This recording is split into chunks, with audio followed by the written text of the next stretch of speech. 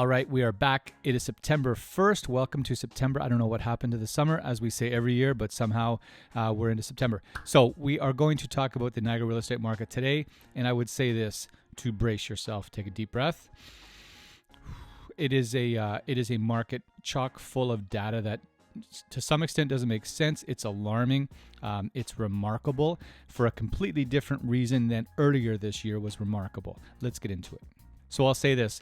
As far as any market goes, it's driven by humans, right? It's driven by human nature, by human sentiment, by confidence for the buyers, confidence for the sellers, confidence for the banks, the government, corporations, business. The whole thing is all driven by human nature.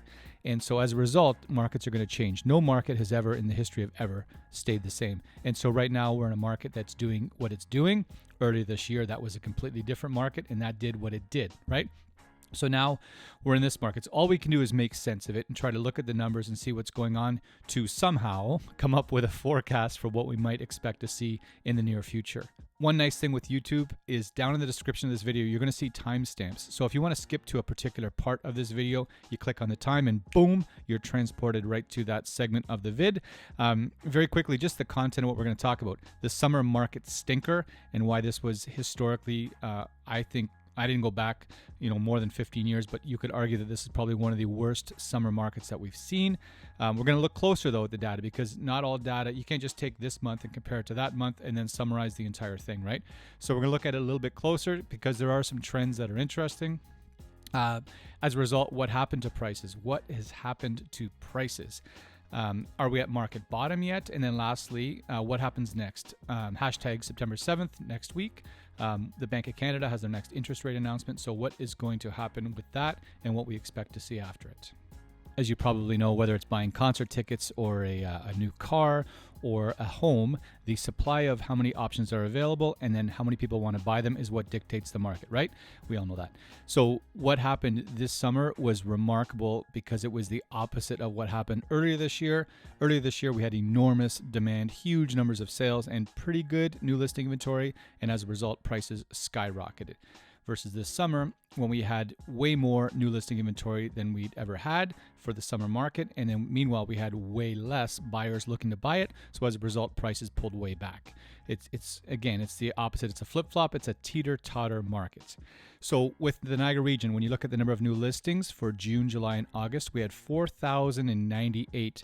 That was 23% more than the 10-year average. So when you take out the last 10 years and look at the average number of new listings for the summer, 2022 was 23% higher. Meanwhile, the number of sales was 37% below the 10-year average.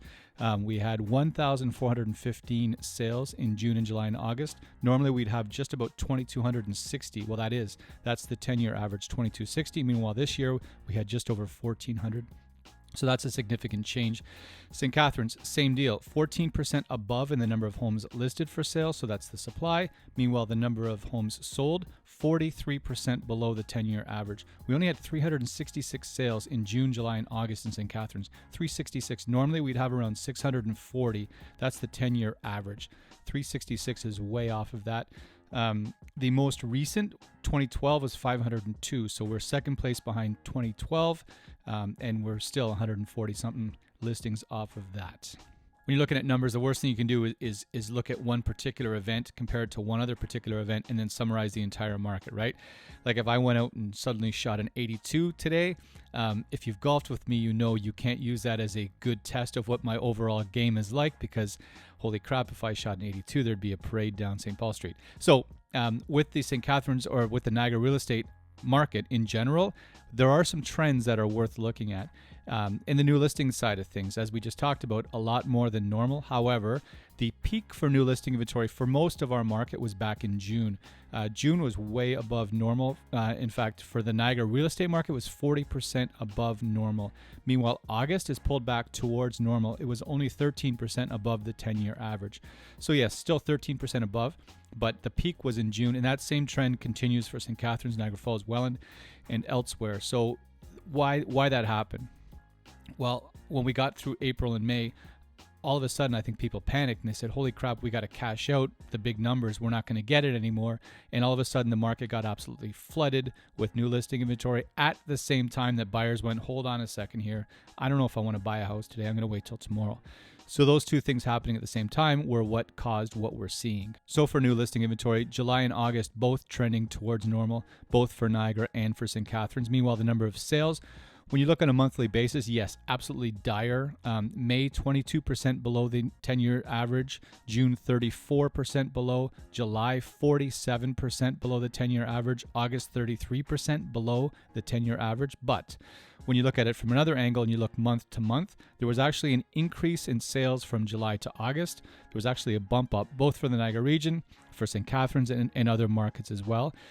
So as we saw listings peak in June and come back down, we saw the number of homes sold actually dip in July and start to come back up in August. So if those two trends continue, then that's towards something that's better. I'm not saying it's a normal market, not saying it's a balanced market, but it's a return to something that you can call healthy-ish. Looking at St. Catharines, again, as much as new listing inventory was way above normal in June, August was only 8% above the 10-year average, 8 single digits, not 30 or 40% higher. So that same trend, again, is inventory coming down. And then there was a sales bump in St. Catharines as well. From July and August, we had an increase. So that same dynamic happened in the Niagara region, happened in St. Catharines. To some extent, it happened in Niagara Falls, Welland, etc., etc. Prices. What happened to home prices? What's my house worth? What's mom's house worth? What's their house worth, right? Of course, everybody wants to know what that is, and it is no secret that prices have fallen. Prices have come way back from the market peak. Typically in Niagara, it was back in February. Some cities was March, some cities January. Niagara region, you can see here, this is going back to October. So that shows you the price bump that we had from December into January. And then you can see the pullback that we've had here in the last 3-4 months. August 2022 sat around 702,000. The market peak was back in February, 871,000.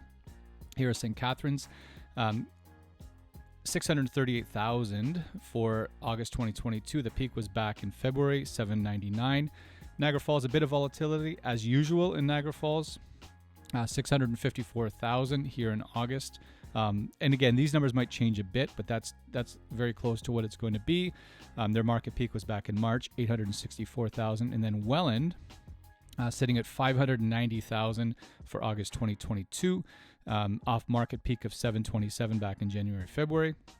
So that, and I'm only looking at those big three because as soon as you start going to Niagara Lake and Lincoln and Grimsby and that, there's not a ton of sales on a monthly basis. So as a result, their month-to-month numbers are all over the place. So really, we just focus on those big three because they do the most volume as far as the number of homes sold in Niagara.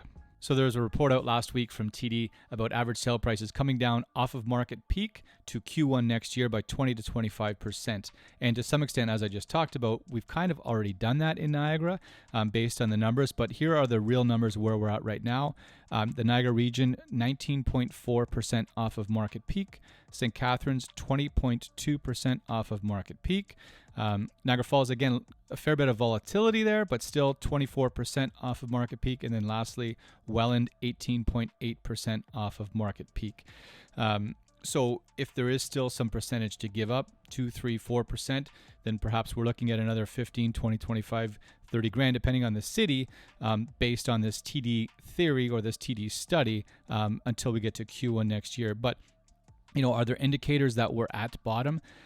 I think we're close to it based on three things. One, supply of new listings, as I mentioned, have settled back towards normal numbers. That absolute onslaught of new listing inventory peaked back in June, and August is within single digits of what's normal, which is great.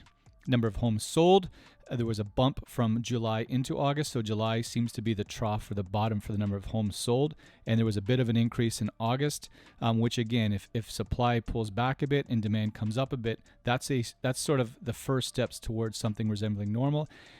And sale prices, even though July to August prices came down again a bit, the biggest decrease happened from May to June, and then they've sort of been bouncing around here for the last 90 days. So based on those three things, we could be somewhere resembling what market bottom is, and we might be in a period of stagnation where there's just not a lot of sales, but the sales that do happen somewhere in this price range that we find ourselves now. As advertised, a bit of a brace yourself kind of market talk today, but it is the numbers. The numbers don't lie. To some extent, it's brutal, but there are trends or some reason for optimism based on what I just talked about. Hopefully you got that through the message. What happens next? September 7th, Bank of Canada meets, and that's the big X factor. That's the wild card in all of this. What do they do? What rate change is there? How do they package it? How do they articulate it? Do we feel better after it? Do we feel much worse, or do we feel indifferent? That's really going to be the indicator or the driver for how 2022 rolls out for the rest of the year. What happens next? That's the big piece, right? September 7th, Bank of Canada meets with their interest rate announcement. Is it an increase of X? How do we all feel about it? How do they package it? How do they articulate it? Do they give any nuggets for hope for the future as far as what they're going to do and give some sort of optimism or certainty or predictability back into the marketplace? So that's the big X factor with everything I just talked about and what's going to happen next. That's really going to determine how the rest of this year rolls out. A 1% increase versus a 0.25% increase. We're talking two completely different stories there. So September 7th, that's a big piece of this puzzle. If there's one piece of advice I do have for you is to get to know your numbers. What are the real numbers? Not like, I want to buy a house here at this interest rate, but now it's here. Holy crap, let's run and forget it. Well, what do the real numbers look like? What's a $625,000 house at 3% mortgage, 3% interest rate? What's that $625,000 house? Now it's $500,000 and the interest rate's 5%. What's the difference in the monthly payment? What's the difference in my down payment? What's the difference in my land transfer tax? All these costs go into the real numbers to give you a handle on things and what's going on. For example, if you look at a $500,000 mortgage at 3% and a $400,000 mortgage at 5%, the actual monthly carrying costs are very similar. Then you're saving the amount of down payment. So if you're putting 10% down, that's $10,000 less out of pocket. Your savings is about $2,000 per 100,000 on land transfer tax. So there's all these little pieces to go into the numbers. So I would strongly suggest you sit down with somebody who can tell you what's the cost per $100,000 for a 3% interest rate versus a 5% interest rate. How do those numbers shake out? I'm going to show you here very quickly. This is rudimentary, but 3% per 100,000 is $473 per 100,000. 4%, you see here, it's $526, which is an increase of $53. 5% is $582 a month. It's an increase of $109. And lastly, 6% per 100,000 is $640,000. So it's $167 a month more than the 3% mortgage. But again, how does that shake out against purchase price? Because now instead of your mortgage being this much, perhaps it's this much. So again, the numbers, how they work with each other, along with the marketplace and home prices, that's crucial to making an informed decision. That is a wrap. Thank you so much for tuning in and sticking with me here. A few things to make you aware of. We have a podcast, Spotify, Apple. It is called Your Niagara Real Estate Podcast. Myself and my buddy Sean Delott. We try to put out 3 or 4 a month.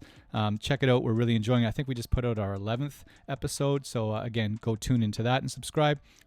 Blog, I'll put a link down below here if you'd like to read on our website. They're all completely written by us. They're about the market. They're about real estate in general.